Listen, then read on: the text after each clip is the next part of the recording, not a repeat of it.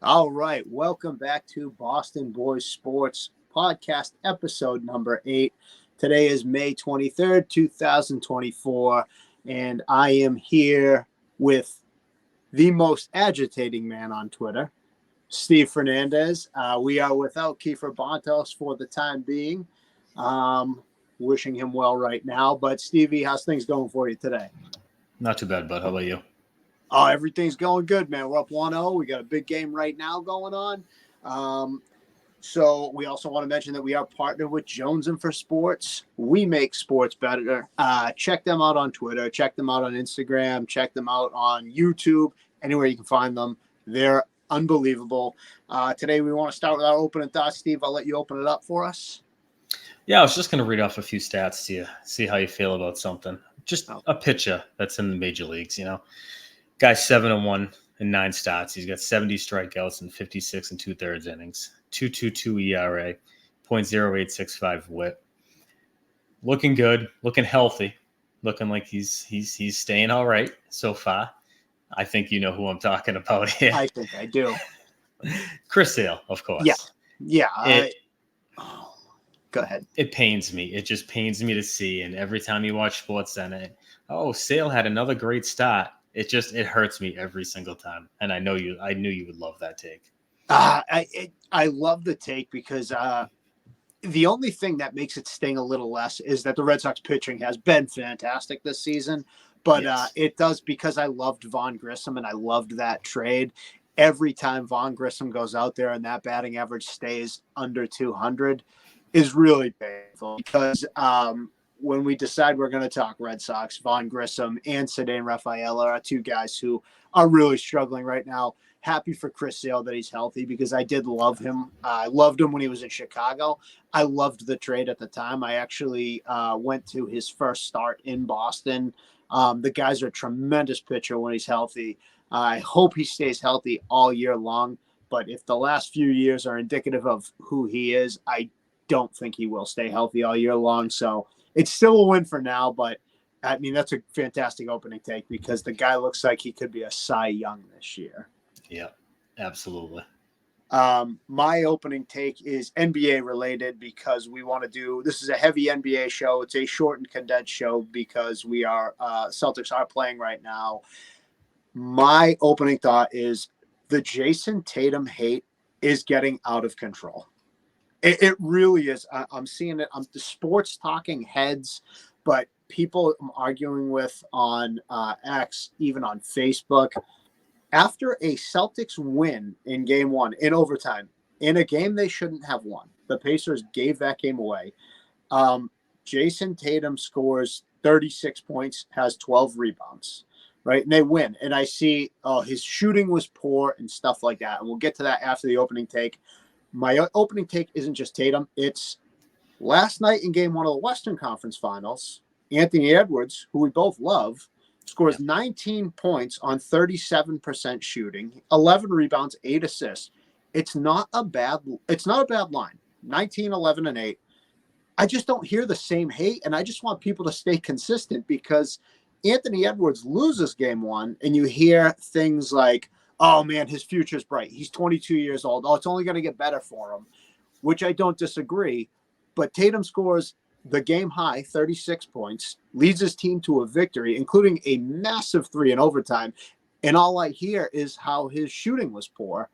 And he actually shot better from the field than Anthony Edwards. So I can't make heads or tails of this. I don't know how you feel. It's a tough one, because I agree with you. But then I assume people would sit there and say it's because he hasn't done anything. He hasn't won a title. He hasn't gone over the hump yet, so that's why. He's had opportunities. He hasn't been able to do with better supporting casts. And I'm assuming that's kind of what people would point at. Do I think it's right? No. I think it's crazy, the hate that he gets. And like you said, you see it everywhere. You see it on Facebook. You see it on Twitter, X, whatever it is. You see it on any sports show that you listen to. And I can't understand it. And it's exactly what you said, the comparison. Anthony Edwards goes out there, team loses, and they're blaming Rudy Gobert. They're blaming Karl Anthony Towns. anybody but the golden child, or who assumes to be the golden child at this point in the NBA. And I love him. I think he's an absolute stud at 22 years old too. I mean, I think he's incredible. Yeah. But like you said, you have to be consistent with it. I agree with you, because I think people like throwing daggers at great players in the league, because after the Timberwolves even beat the Nuggets, you heard all the shade thrown at Jokic, and it's like, what more could he have done? Jamal Murray, what was he, 1 for 9 or something from 3? I mean, it was something outrageously bad. The guy had a career bad game, and I'm hearing like Nikola Jokic should have done more, and it's like, well, you can't put everything on one guy. And Jason Tatum, we talked about it the last series. He's evolving into this player who's like, let me kick it when it's not my time, and then when it is my time, I'll take over. 36 points. I mean, I thought he was tremendous. His 3-point shot is not dropping this postseason. I can live with that when he's still I mean, he still ended shooting 46% from the field. He shot 25% from 3, but he still got a double-double. He went for 36 and 12. What more do you want from the guy to solidify the fact that he's a superstar? Yeah, there's nothing. It's the title, and it's, for some reason, it's the oddest of things, because there are so many other guys who haven't won at Tatum's age, and for some reason he doesn't get the pass that those guys get. It doesn't make any sense, but I guarantee that's what it is. It's the lack of title. But the problem is, if they win a title this year, you know what's going to happen? Well, they didn't have to play anybody. It was a cakewalk. So even if they win this year, he's still not going to get the respect that he's due. Yeah, everyone wants to be the Debbie Downer on this guy. It's like, no matter what, I swear to you, the guy could shoot 100% from the field, and if they won, they would say, well, he should have taken a couple more shots. Like, it's to the point where it feels like, if you don't like Jason Tatum, just say, I don't like Jason Tatum. I don't think he's a superstar.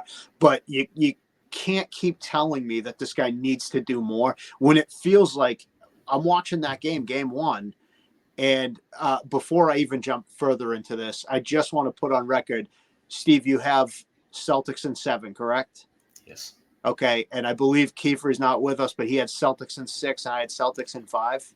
Okay, so my next point that I was just about to say is, I think the Celtics actually could win in 4. I think that game 1, I'm not kidding you, that's a dagger to a team.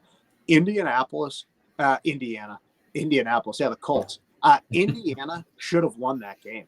I mean, the turnovers, 22 turnovers by that team, and they still were a miracle 3 from Jaylen Brown away from winning that game. That is a dagger that could kill a team. And I only say that because the Celtics, every playoff series so far, have come out flat in game 2. I could see Indiana coming out flat in game 2. I'm sure you have the game on. I don't have it on right now. I'm going to go up. So any updates you want to give me, if you can tell me I'm 100% wrong right now, feel free. But why don't we talk a little bit about that game 1 win? And because it's such a condensed show, and we'll talk a little bit about what we expect from this game, even though it's going on as we speak. Why don't you tell me, what were your thoughts on game 1? I feel like it was the same as any other game we watched with the Boston Celtics. They get a lead, they blow it. I mean, they blew 3 10-point leads in that game. We've seen that for years. It was nothing different. So it's horrifying. That scares me no matter what. And then, my other thing, the playing down the competition. I think at points, I mean, they came out 12-0, and then they just, as opposed to keeping your foot on the gas and playing smart, they start bombing threes, trying to extend it. And if the three's not dropping, you have to stop. Indiana can steal games. They're a good team. And just offensively, their firepower and how quickly they play. I hope I'm wrong. I hope it doesn't go 7, because if we have to watch a bunch of games like we did the other night, I don't know if I can take that. Yeah. Now I'll say this. My opening takeaway from this is why I didn't want to see the Pacers. I think people crap on the Pacers. They haven't been to the finals since, I think it was 99, 2000, right? That was Lakers Pacers. Yeah. Before that, they haven't won a title since the 70s. I think people think of the Pacers like middle America, small market team, which they are. They are a small market team, but that is a great fan base, and they've put together a fantastic team. 7 players were in double digits for the Pacers, and that's why I didn't want to see them. That's why I liked the idea. First of all, the magic of New York and Boston, Knicks, Celtics, Madison Square Garden, the Boston Garden. We can call it TD Garden, but it's the Garden. We know that. It's our Garden versus theirs. It's everything to do with it. But it felt like, to me, it's like we have a really good team, the Celtics, right? In Boston, and I say we almost sarcastically because of our conversation earlier. But Yep. the Pacers, Siakam, Turner, Topham, Neesmith, Halliburton, Nembhard, McConnell, all in double digits. They spread out the wealth in Indiana, and I think that's going to be a tough team to contend with, especially when you have. I see you changed your name. Al is old again. Like. He had a career resurgence, and that was great, but he has to be so much better if he's going to get these minutes. No, I agree 100%. He looked very old in game 1. Yeah, the name changed. I mean, yeah, Jaylen Brown was robbed. Yeah. He was absolutely robbed of all NBA status. But yeah, Al looked terrible, especially on the defensive end. They went right back to switching out, setting screens to make sure that Al was on the offensive player they wanted. It's become so old, no pun intended. Yeah. But he looks like his legs are just not under him anymore. I mean, when Jason Tatum and Al Horford actually both shot 25% from 3-point range, but Tatum's 36 and 12 really covered that up. Al went 3 for 12. Yeah. I mean, it's not like he's not getting shots, and he had 15 points and 6 rebounds. And if you just looked at that, you'd say, well, that's okay because he doesn't have to be a superstar. You're not allowed to get 12 attempts. You can't keep giving him shots if he's going to be ice cold. Once in a while, he's got a game left in him, and we saw it obviously in Game 5. He doesn't have it like that anymore. So you have to defer. And Sam Hauser's ice cold because he's getting like 7 or 8 minutes. You have to start giving Hauser some of Horford's minutes so maybe he can get in a rhythm, because you can't put that guy in for 7 minutes a night and hope that he's just because he's not that shooter. He's a rhythm guy. No, 100%. I agree. And I'm going to be honest, and this goes to my Celtics 7 and everything else. They need Porzingis back. They do. And that plays into the Al conversation. And it also plays into the Luke Cornett's getting time in the Eastern Conference Finals. I know. That's not good. Can I tell you, I make a joke every time he comes in with my wife will be sitting on the couch not paying attention to the Celtics. And I'll say, here comes the murder cornet. And she says, well, you just shut up. Like, can you stop? And I say it obviously sarcastically, but it's like, I can't agree with you more. Why is Luke Cornett in games? This is the problem with doing nothing at the trade deadline, which I wrote about it and I said, do nothing. But I also thought a little more depth, because you look at the teams left, I'm not even going to talk about the West, but it just feels like the Pacers have guys on their bench you can rely on.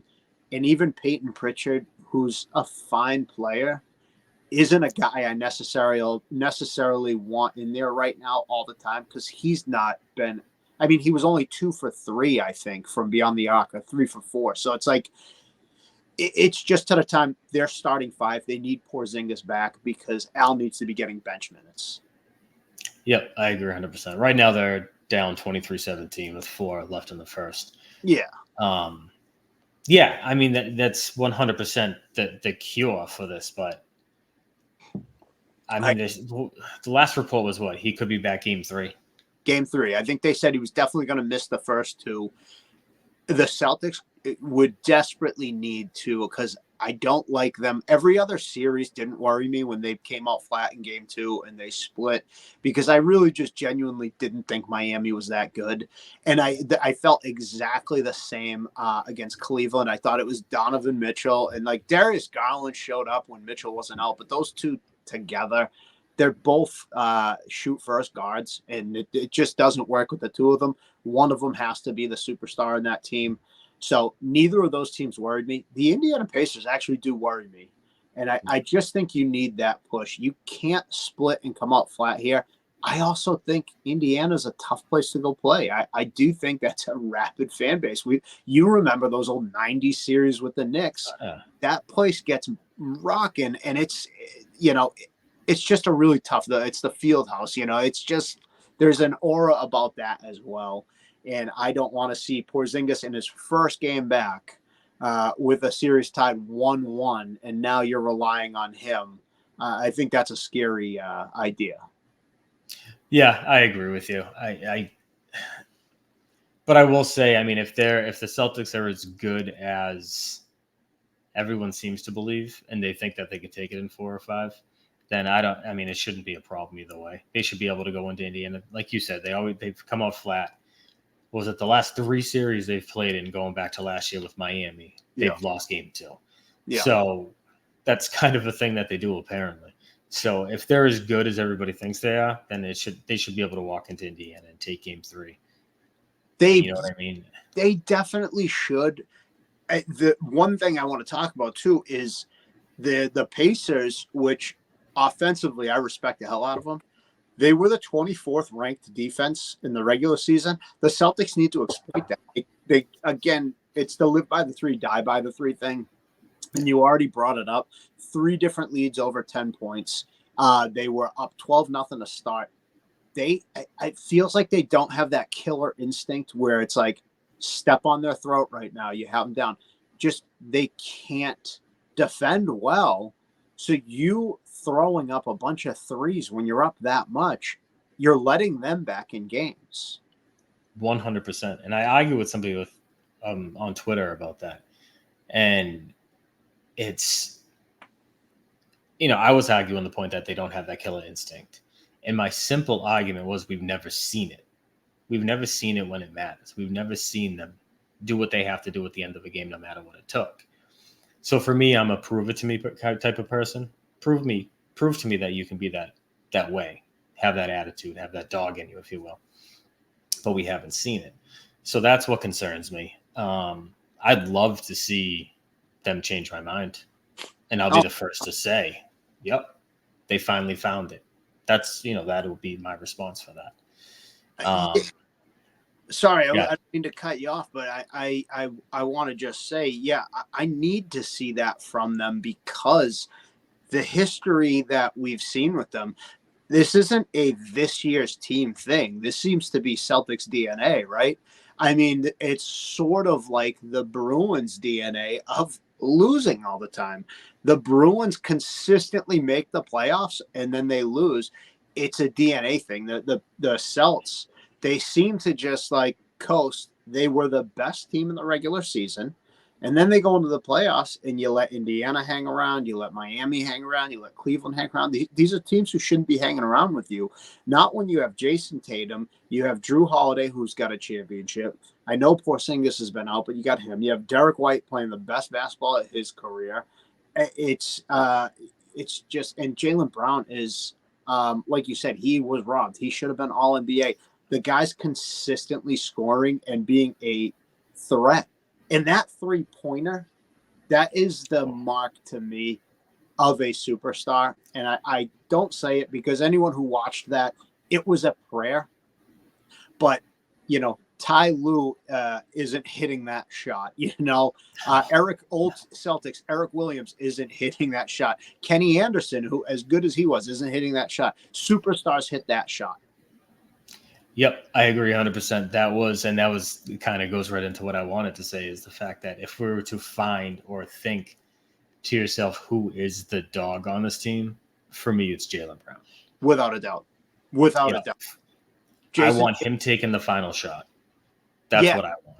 I want him taking the final shot over Jason Tatum. I mean, we joked about the Batman and Robin thing, and Kiefer was real quick to say he's Nightwing now. He's not wrong. These guys are these are 1A, 1B. Like you could absolutely, I used to think, never that did I want them to get rid of Jaylen Brown, but I used to think, well, if you have to split them up, you got to trade Jaylen Brown because in my mind, 2-3 years ago, that's not the guy you build around. He's the number 2 on a team. You could absolutely build around that guy.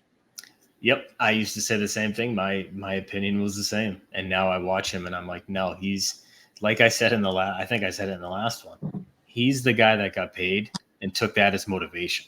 Yes. He's not the guy that got paid and got lazy. Oh, I already have the money. I'm all set. He did the exact opposite. He stepped his game up, and that's why it's even more ridiculous Yeah. that he wasn't on an All NBA team. It's so stupid. Yeah, I mean, my cousin's the one who said it, and I said it, I think, on the first podcast we ever did, or maybe the second one I ever did when we went to that draft. My cousin Angelo was the one who said to me, if he develops a consistent jump shot, he's Tracy McGrady, and he's healthy Tracy McGrady. He's better than Tracy McGrady. This guy is a superstar in the NBA. So anybody who doubts him at this point or says no, you can't build around him, I'll be the first one to line up and tell you you're wrong, because I've watched this postseason and I've watched this guy elevate his game to an even better standard than it was in the regular season. From the All-Star break on, he's been nothing but a superstar. Yeah, it's been so much fun to watch him. Like I said, just progressing after. It's so shocking to see somebody get paid like that. And I know I'm saying it again, but his game, it's offensively and defensively, like everything that he has done, like you said, it was obviously good in the beginning of the regular season, but after the All-Star game and into the playoffs, it's just been, he's been so consistent and he's been so strong, and he's actually taken the ball to the hoop, and he's doing everything on top of the fact that he's the guy that volunteers to take on the other team's best offensive player. He volunteers every night to take on, whether it's Luka or whoever you're playing. He wants that matchup, and he still has the energy to do what he's doing on the offensive end. Like, he is insanely impressed me this season. Okay, and I'm going to say this. I know your face. You might go cross-eyed at me with this. And I obviously don't mean they're the same player. But we hear Jason Tatum consistently say Mamba mentality. I see it more from Jaylen Brown. Like the defensive side of the ball, and that's what Kobe did. That's why Kobe, and you and I both agree, Jordan Kobe. Yeah. Kobe's number 2, and it was because Kobe was a defensive genius as well as he was offense. When you expend that much energy on the defensive end and offensively, you're still as good as these guys. That is what the Mamba mentality was. Yep. And then you see a guy like Luka who can average 36 a night. What does he do on the other end of the floor? Oh, he plays defense. Nothing. Like I imagine what I would play defense against an NBA. Yeah. Exactly. So shouldn't that be taken out of the whole context? Shouldn't that be understood and realized that, all right, that's got to be judged a little bit within their superstar level or whatever their style level is? You got to look at the defensive end as well. And like you said, how that energy that's expended on that end affects you on the offensive end. And the fact that they don't take that into account is insane. Absolutely. I mean, Luka, for as fantastic as he was, and we did our who would we start a franchise with, and Luka was on all of our lists, and rightfully so. But that is the one downside of Luka, is he doesn't play defense. But it didn't seem like he needed to play much defense last night. I mean, they ended up winning, and they're up 1-0 too. I don't want to get too far ahead of ourselves, but the NBA has got to be rooting for the Celtics at this point, because Celtics Mavs or Celtics Wolves, what 2 great series of those. I mean, you have Kyrie coming back to Boston. You have Luka and Tatum and Brown and Luka and all these young superstars that are going to face off against each other.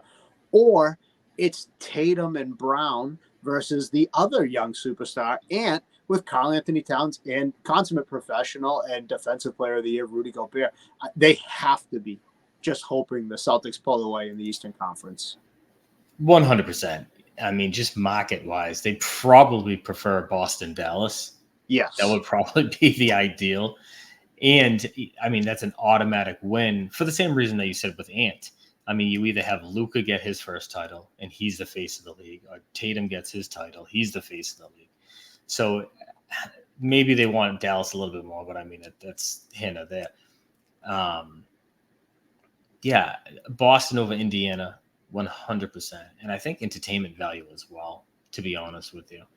I think they'd rather see Boston in there but market-wise, I definitely. absolutely. Boston is one of those cities that if they're in the mix in a playoff, they're one of the favorites that I'm sure any league wants to see in a championship game because it's marketable. And it's marketable because people hate Boston. And people, you either love them or you hate them. But Boston fans, it seems like they're spread out across the country as well. I mean, I go to Florida a lot, and everybody knows that Florida, a lot of people retire down there. I run into tons of Boston fans out down there. You know what I mean? Everywhere you go, you see. I mean, Allen Iverson in his famous practice speech is wearing a Boston Red Sox hat. So the brand of Boston is even if you hate it. You know, wasn't that the old saying? If you hate me or you love me, just talk about me. It doesn't matter how you talk about me, and you know you're living proof of that too on X, right? You know, people love to hate you and love to fight with you. So It's I so do much fun. I do think that the NBA wants to see Boston come out of the East. And I think at this point, Dallas is probably preferred, but Minnesota is just as good with these two young superstars. So, do you have a score for us right now before we start talking about tonight's game? Yeah, 27-25, Indiana's up. End of the first. Okay, end of the first, we're down two. I'm really tonight. I am not worried. I finally think I don't know. I haven't been watching the game, so you can tell me if I'm right or wrong. I don't expect them to stay super flat. They have been a second half team all year. We saw that in Game 5, actually, the Cavs series when they were losing, and then they just turned it on in the second half. Have they been flat thus far? Yeah, they've been exactly what we've seen. A couple threes, but a lot of missed opportunities, a lot of bad shots, like they always do. Defensively, not too bad. I mean, to hold Indiana to 27 in the first, I'll take it. Yeah. Yeah. So I mean, it's honestly it's a basic Celtics first quarter. Nothing Yeah. crazy. So then why don't we jump into what are you expecting for this game? Are you expecting the Celtics to do the Celtics thing and lose? And if they do lose, would that concern you? Not concerned. I mean, like I said, I picked them in 7, so I don't think it'll concern me. Them losing a game two isn't. I mean, we talked about it in the last one. They have a history of losing at home, especially in the playoffs for some reason. Yeah. And what have they lost? They've lost 2 at home in this postseason, but they lost 4 all season in the regular season. Yeah. So in such a short So no, it wouldn't concern me. Do I think they lose tonight? I do. I think they're going to continue their flat game 2 type of play. I hope I'm wrong, but I think they do. But like I said, it wouldn't concern me just because of what we've seen in the past. Yeah. I mean, this goes all the way back to the Celtics of the 80s, I believe. You know, that Celtics team would they lose 2 games at home all year? They won 40-1. 40-1. So they won. Yeah. They've lost 1 home game, and then I think in the playoffs, I think they actually played down to their competition in the playoffs as well.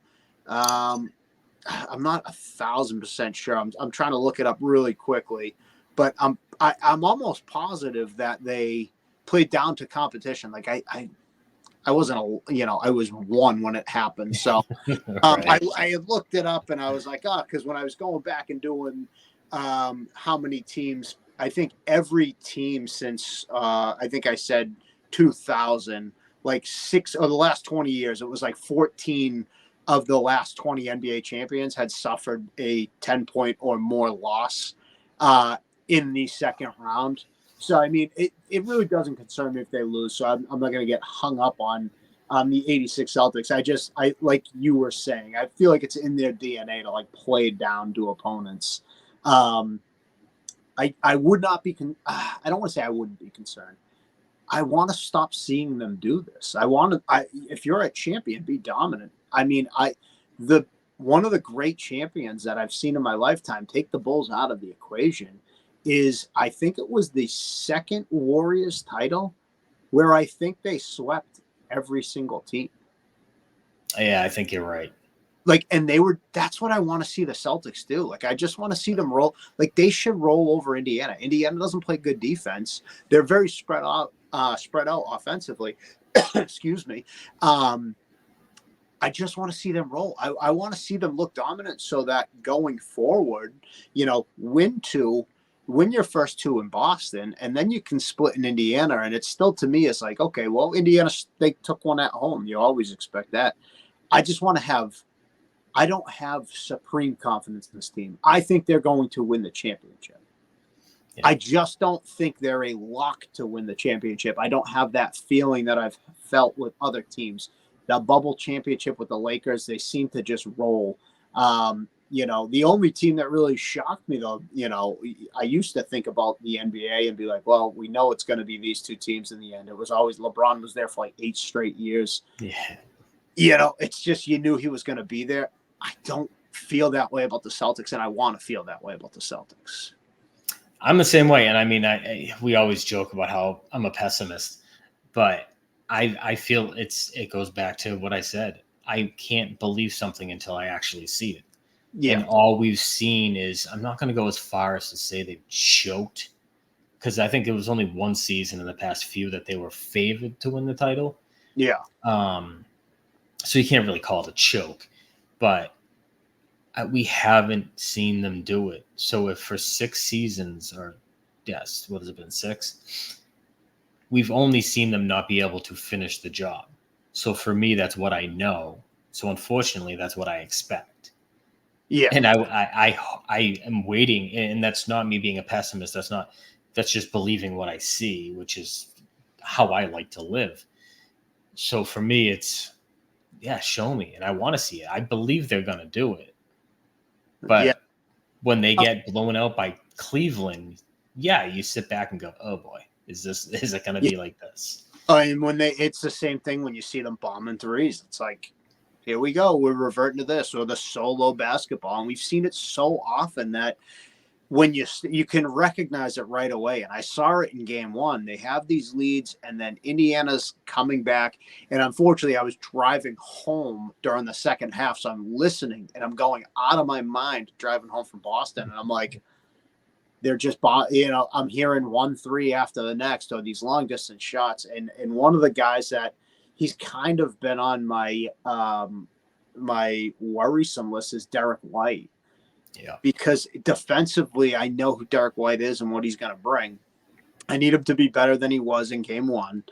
And he had 9 assists, but he had 15 points again. But it's Derek White. I was listening was I listening, or did I actually? I think I might have got to see it when he shoots the 3 and he does not feel. Was it Nembhard or Nesmith coming from behind him? It could have been Halliburton. I think it was Halliburton. I think I was listening, and they're like, they steal the ball, and White, of course, immediately, what does White do? Let me drop to the 3-point line, and he doesn't feel He doesn't feel Halliburton coming defensively, and takes a block, and then on the reverse end, the same thing happens where Indy steals the ball. And Halliburton, I think, went for a 3, and it could have been Nesmith or Nembhard at that point, but I'm pretty sure it was Halliburton. It was. And then White follows him. Yeah. It's like he wanted to do what was done to him, but he couldn't. And it's like, he's killing me at times. Yep, I agree. It's not an exact comparison, but it's, what did Brunson do when Randall went out? He elevated. Well, Porzingis went out. We need you. And he showed up. He had a run of 3 straight games where he was very, very good, but we haven't seen it since then.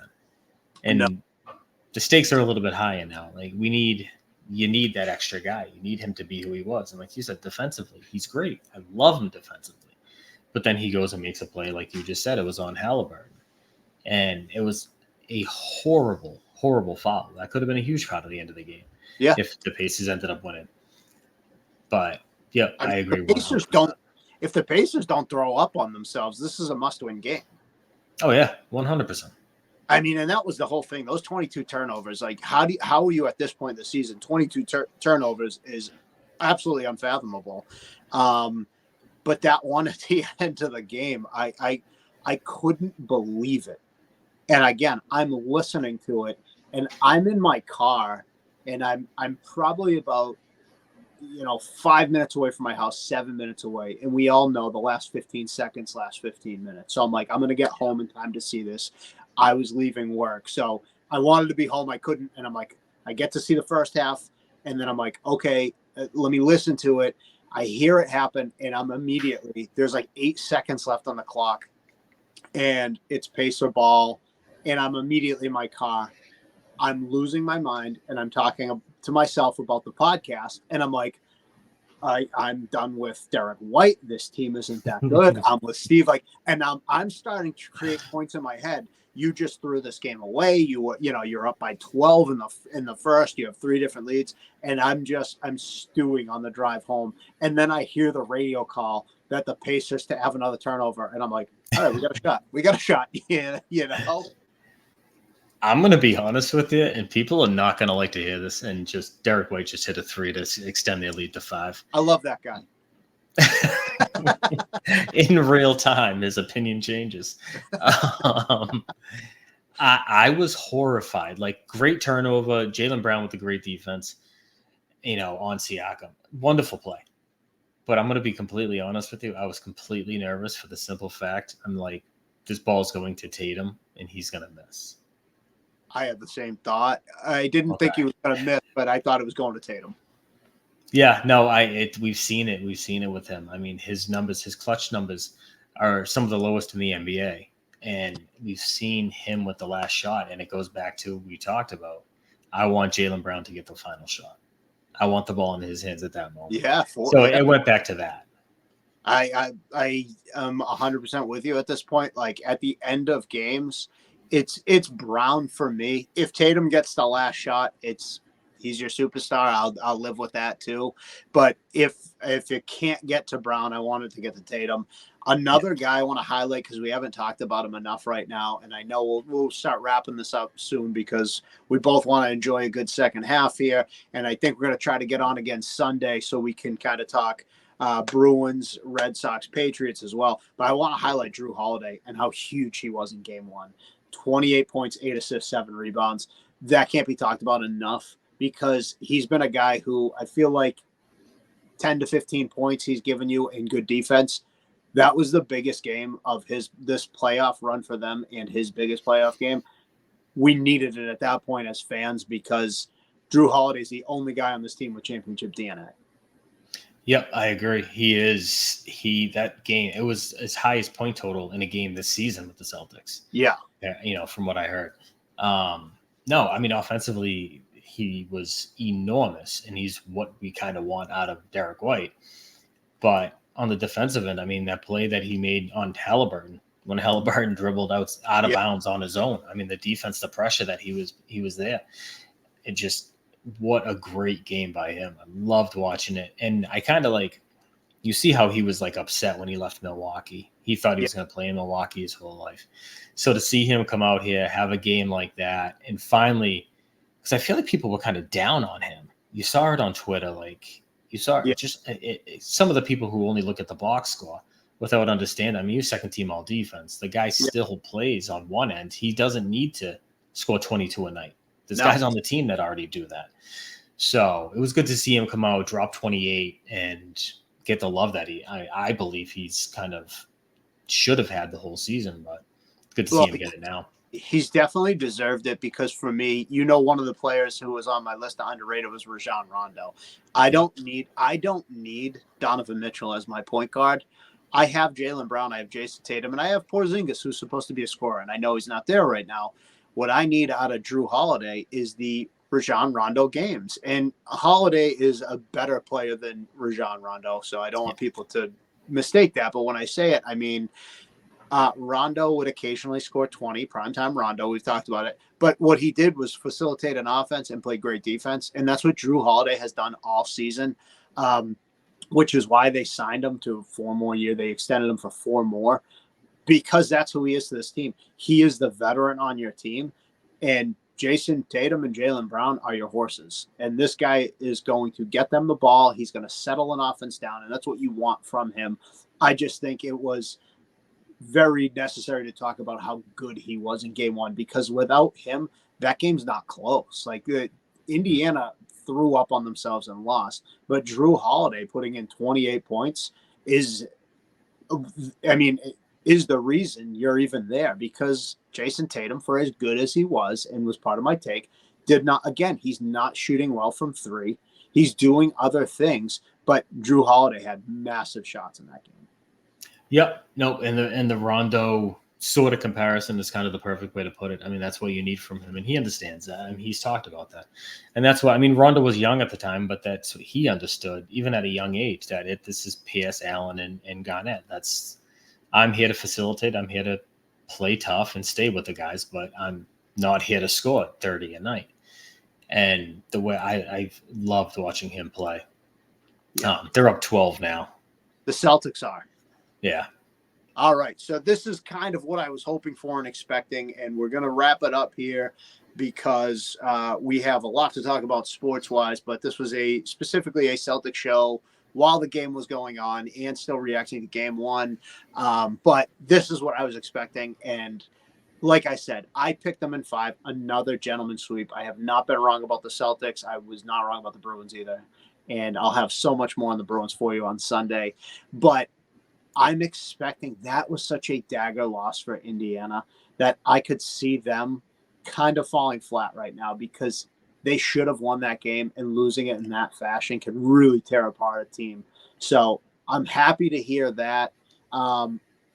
Before I let you have your final thoughts, I just again want to say Sunday we will be back to talk more about this because I want to keep you up to date. I have been stewing since the end of the Bruins season. Should they fire Montgomery? Should they not fire Montgomery? I want to talk about that because I want to get your opinion as well, Steve. I want to talk about the Red Sox, who have been 5-5 in the last 10. Every time they're out, they just pull you right back in. They are above 500 again. They're still in third place. They need help. Devers and O'Neill need one more batter in that lineup. Rob Refsnyder's been fantastic, but I want a little more power. And the Patriots, Cole Strange, might be out until the middle of the season. Is this the end of the Cole Strange era? Was this potentially Bill Belichick's worst first-round pick, I should say? We will talk about all that and more on Sunday. Steve, final Celtics thought for tonight. I hope you were right. I hope this is a game where Indiana's just falling asleep. They're up 15 now. They're extended, and Indiana just took a timeout. I hope they put their foot on their throat and just end this. I want to see Luke Cornett getting serious time in the second half, and not because of an injury, but because the fact that he can because they're up 40. Yeah, if O'Shea Brissett plays tonight, I'll be very. He's already played tonight. He just got about 3 minutes. If he plays in the second half, the fourth quarter, I'll be happy.